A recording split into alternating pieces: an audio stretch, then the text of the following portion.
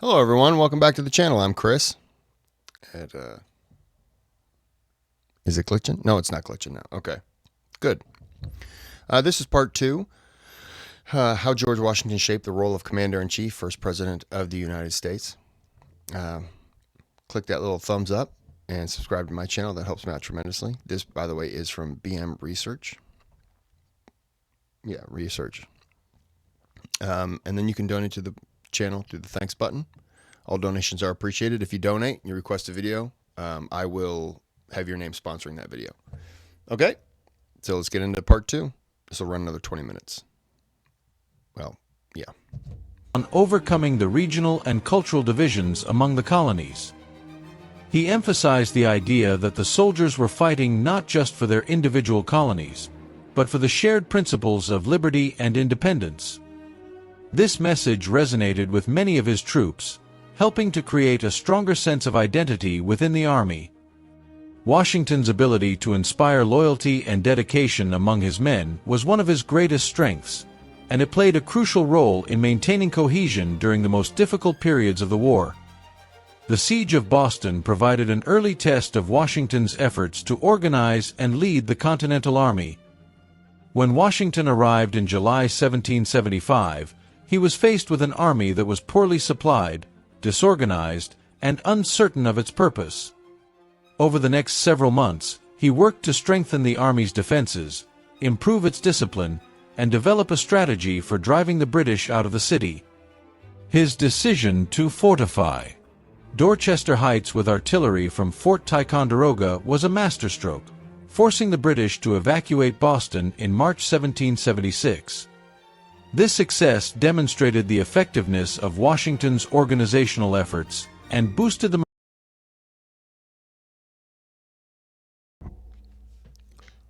It just feels like it's glitching again.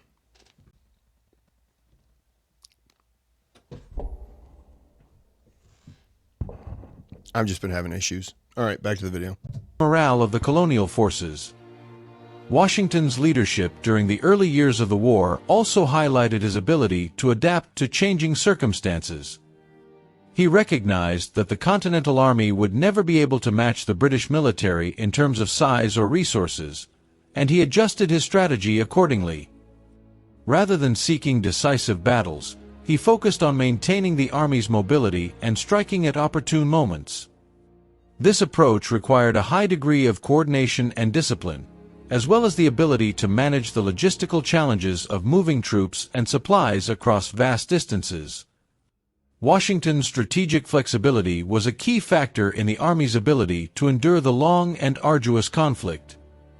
The process of organizing the Continental Army was not without its setbacks and frustrations.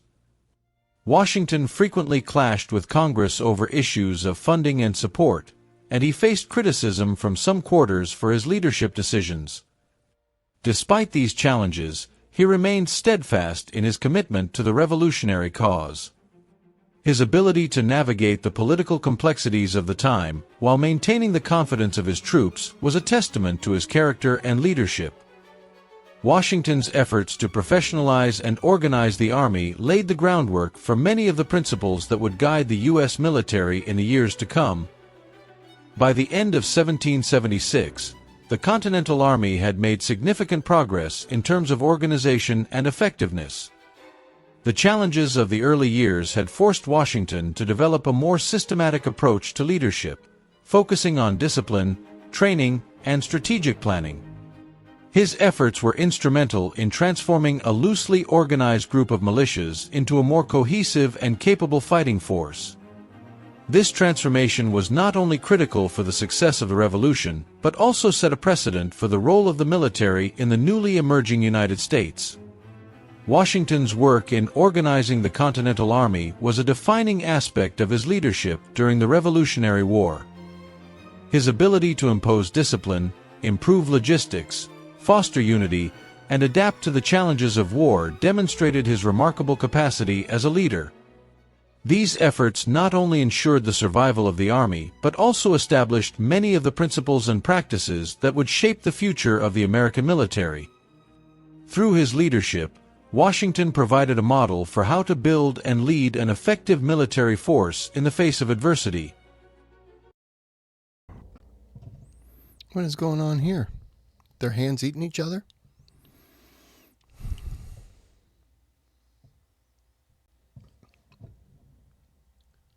What is that?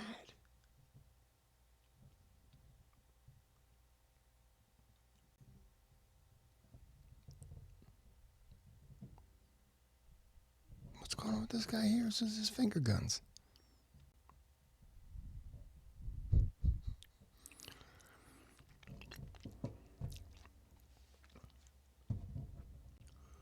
One, two, three, four. Is that the fifth there?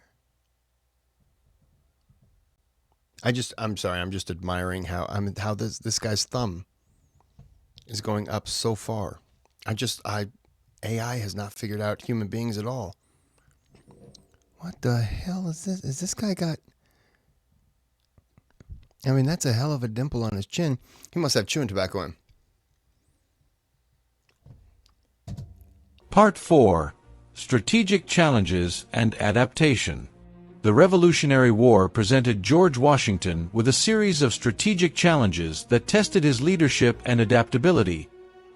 In 1776, the war transitioned from the relatively contained siege of Boston to a broader conflict that stretched across the colonies. Washington quickly realized that the British, with their well-trained army and powerful navy, had significant advantages in resources and manpower. Facing such a formidable opponent,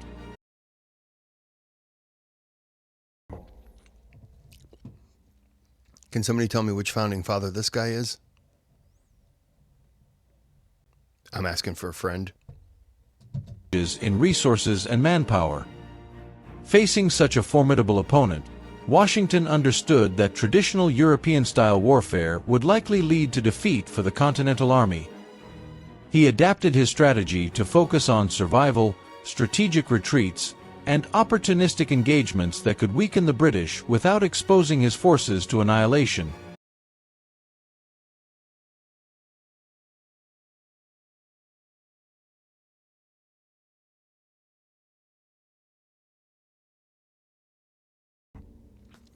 I'm not trying to be critical of AI.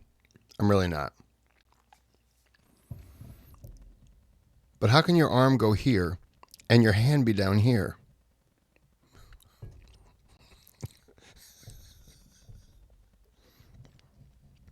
And why does this man have an elephant foot for a hand? This is the elephant man over here?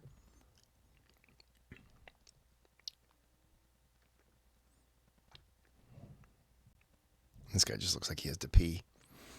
All right. This approach required careful planning, flexibility, and an unwavering commitment to the revolutionary cause. The New York Campaign of 1776 was one of Washington's earliest and most humbling experiences as commander-in-chief. After their defeat at Boston, the British turned their attention to New York City, aiming to secure the strategically vital region. Washington anticipated the British move and positioned his forces to defend the city. However, the British launched a massive amphibious assault, overwhelming the Continental Army with their superior numbers and firepower. The Battle of Long Island, fought in late August, was a disaster for Washington's forces, resulting in a retreat to Manhattan. Despite the defeat, Washington's decision to retreat rather than risk further losses demonstrated his ability to prioritize the survival of his army over holding territory. The loss of New York City was a significant blow to the morale of the Continental Army and the revolutionary cause. Washington faced criticism from political leaders and even members of his own staff. However, he used the experience as a learning opportunity, refining his strategies and recognizing the importance of mobility and flexibility. He shifted his focus to a war of attrition, aiming to exhaust the British rather than engage them in decisive battles. This approach required a delicate balance between caution and boldness, as Washington sought to preserve his forces while maintaining the initiative in the war. One of Washington's most remarkable achievements during this period was his ability to rally his troops after the New York campaign. By the end of 1776, the Continental Army was in dire straits. The loss of New York City, combined with dwindling supplies,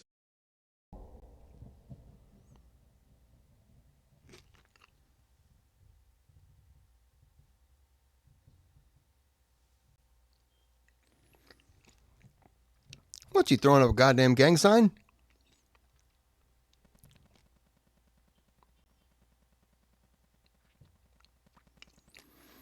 This is very entertaining. and a wave of desertions, left the army on the verge of collapse. Washington recognized the need for a bold action to restore morale and reinvigorate the revolutionary cause. On the night of December 25, 1776, he led his troops across the icy Delaware River to launch a surprise attack on Hessian forces stationed in Trenton, New Jersey. The victory at Trenton was a turning point, demonstrating Washington's ability to take calculated risks and achieve significant results. The subsequent victory at Princeton further solidified Washington's reputation as a resilient and resourceful leader. After defeating a British force at Princeton in early January 1776,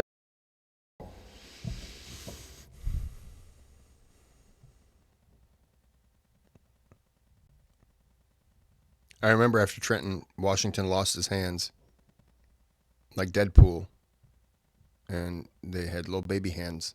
I remember that. You probably don't remember that. Maybe you do.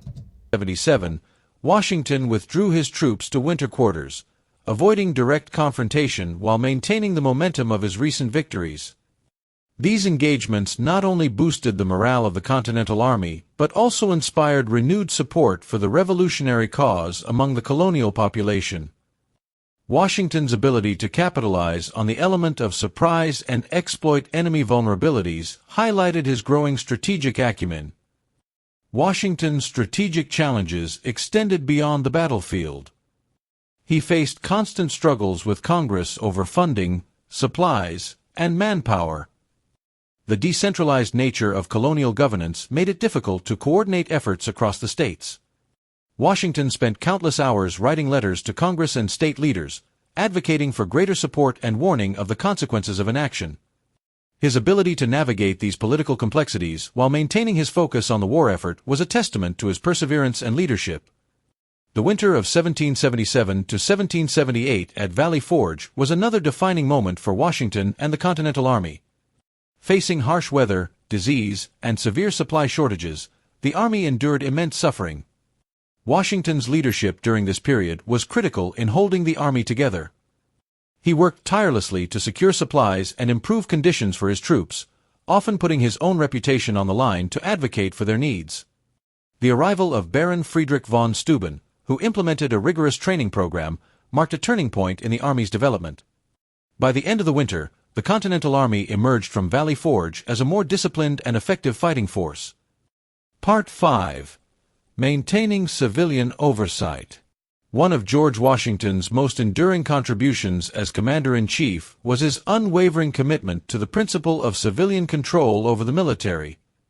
In an era when many revolutionary movements around the world devolved into military dictatorships, Washington's leadership stood out as a beacon of restraint and Republican virtue. From the outset of his role, he made it clear that the Continental Army served at the behest of Congress and the broader cause of liberty, not for personal ambition or military dominance. This principle would become a cornerstone of American governance, deeply influencing the future relationship between civilian authority and the military. Washington's respect for civilian oversight was evident from the very beginning of the Revolutionary War.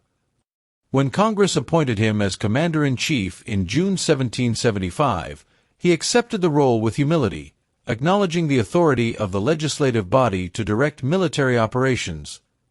Throughout the war, Washington regularly communicated with Congress, providing detailed reports on the state of the Army, his strategic plans, and the challenges he faced. This transparency fostered trust and ensured that Congress remained fully informed, even during times of crisis. His actions demonstrated that the military was subordinate to civilian authority, reinforcing the ideals of the revolution. Despite his commitment to civilian oversight, Washington often found himself frustrated by the inefficiencies of the Continental Congress. The decentralized nature of governance in the colonies, combined with the lack of a strong federal authority, made it difficult to coordinate resources and strategy.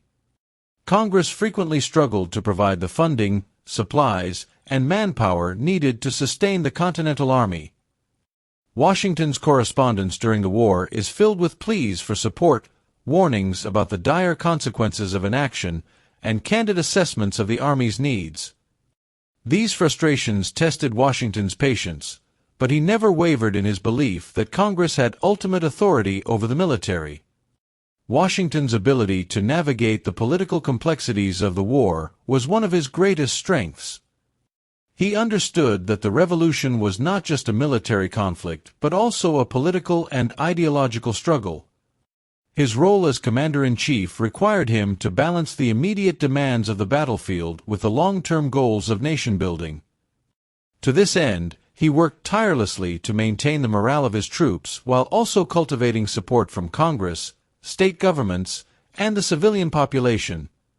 His leadership demonstrated the importance of collaboration and compromise in achieving the broader goals of the revolution. One of the most striking examples of Washington's commitment to civilian oversight came during the Newburgh Conspiracy in 1783. As the war neared its end, tensions between the Continental Army and Congress reached a boiling point. Frustrated by delayed payments and unmet promises, a group of officers began discussing the possibility of using the Army to pressure Congress into meeting their demands. The situation threatened to undermine the very principles of the revolution, raising the specter of military intervention in civilian affairs. Washington's response to the Newburgh Conspiracy was a masterclass in leadership and statesmanship. He called a meeting with the disgruntled officers and delivered a powerful speech that appealed to their sense of duty and patriotism. Acknowledging their grievances, he urged them to remain loyal to the ideals of the revolution and reject any actions that would tarnish its legacy.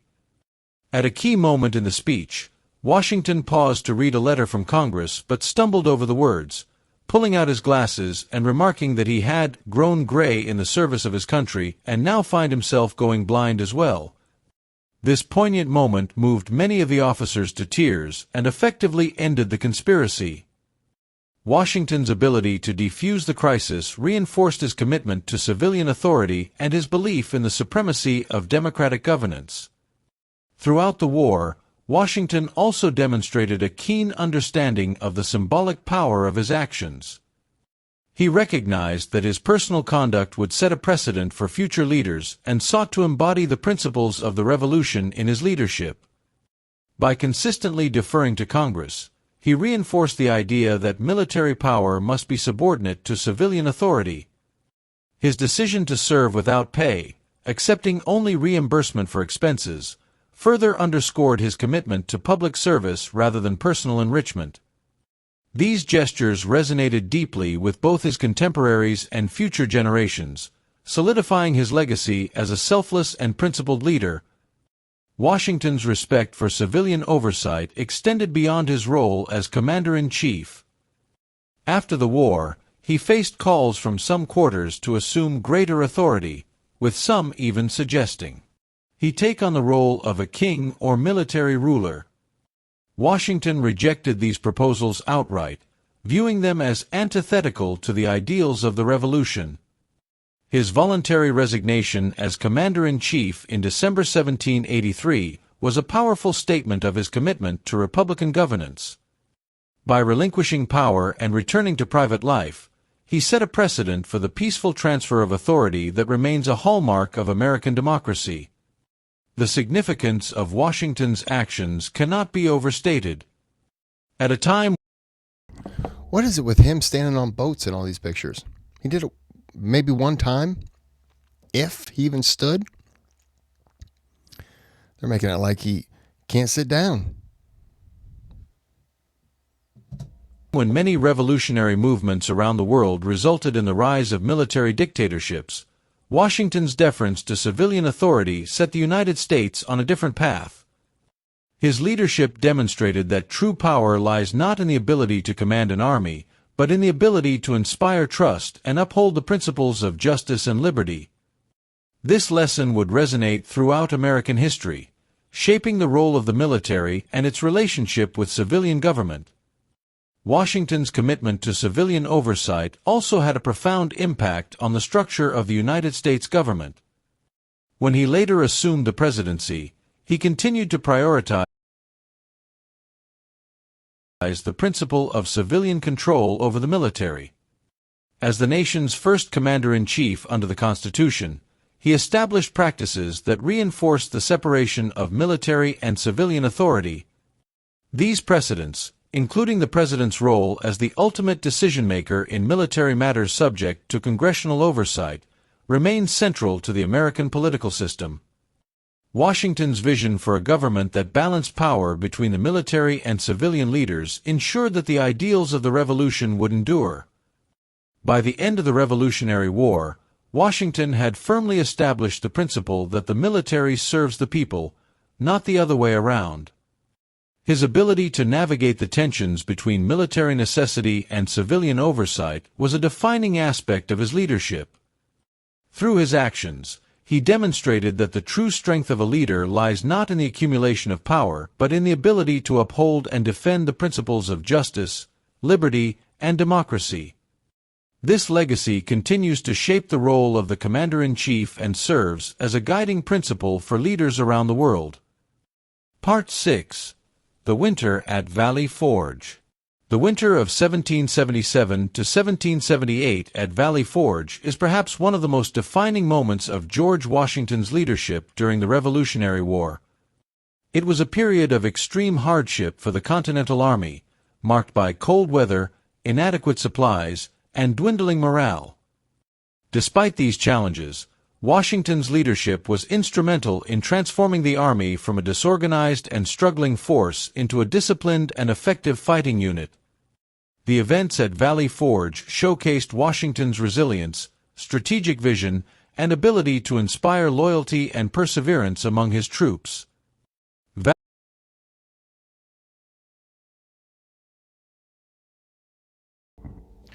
I never paid attention, but what is he holding here if the paper's over there? Again, I know it's AI generated, but it's very funny. That right there is a special hole so you can put your hand in the map, right in the center. And ability to inspire loyalty and perseverance among his troops. Valley Forge, located about 20 miles northwest of Philadelphia, was chosen as the winter encampment for the Continental Army after the British captured Philadelphia in late 1777. The location was strategically selected to monitor British activity while providing some natural defenses. However, the conditions at Valley Forge were far from ideal. The Army faced severe shortages of food, clothing, and shelter, which led to widespread suffering and illness among the troops. Nearly 2,000 soldiers died during the encampment, primarily due to disease and exposure. Washington was acutely aware of the challenges his army faced and worked tirelessly to address them. He personally appealed to Congress and state governments for supplies and reinforcements, emphasizing the critical nature of the situation. In one of his many letters to Congress, he described the dire conditions, noting that his men were often barefoot and almost naked. Despite his efforts, the decentralized nature of colonial governance and the lack of a strong federal system made it difficult to secure the necessary resources. This left Washington and his army to rely on ingenuity and sheer determination to survive. One of Washington's most remarkable qualities as a leader was his ability to maintain the morale of his troops, even in the face of extreme adversity. At Valley Forge, he made it a point to regularly visit the encampment and interact with his soldiers, demonstrating his commitment to their welfare. This personal engagement helped to build trust and loyalty, reinforcing the bond between Washington and his men. He shared in their hardships, refusing to accept special privileges or comforts that were unavailable to his troops. This solidarity was critical in maintaining unity and preventing desertion during this challenging period. All right, we're gonna pause it there. That's part 2. We'll do part 3, and then there'll be part 4. So I hope you enjoyed it so far. I tried not to talk as much. I just couldn't. What's that? Is that supposed to be a pen? Look at that guy. That guy's face. There's a dead guy back there. This guy's just looking the complete wrong way. Okay. And this must be Three-Fingered Joe.